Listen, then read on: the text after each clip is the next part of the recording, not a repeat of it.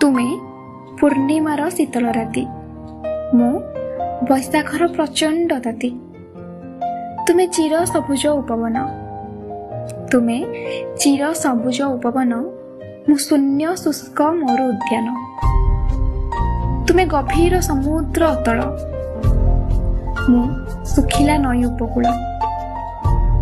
ତୁମେ ଚିରସ୍ରୋତା ସୁଦ୍ଧା ଝରଣା, ମୁଁ ଧ୍ୱଂସ ଅନାବଶ୍ୟକ ବନ୍ୟା।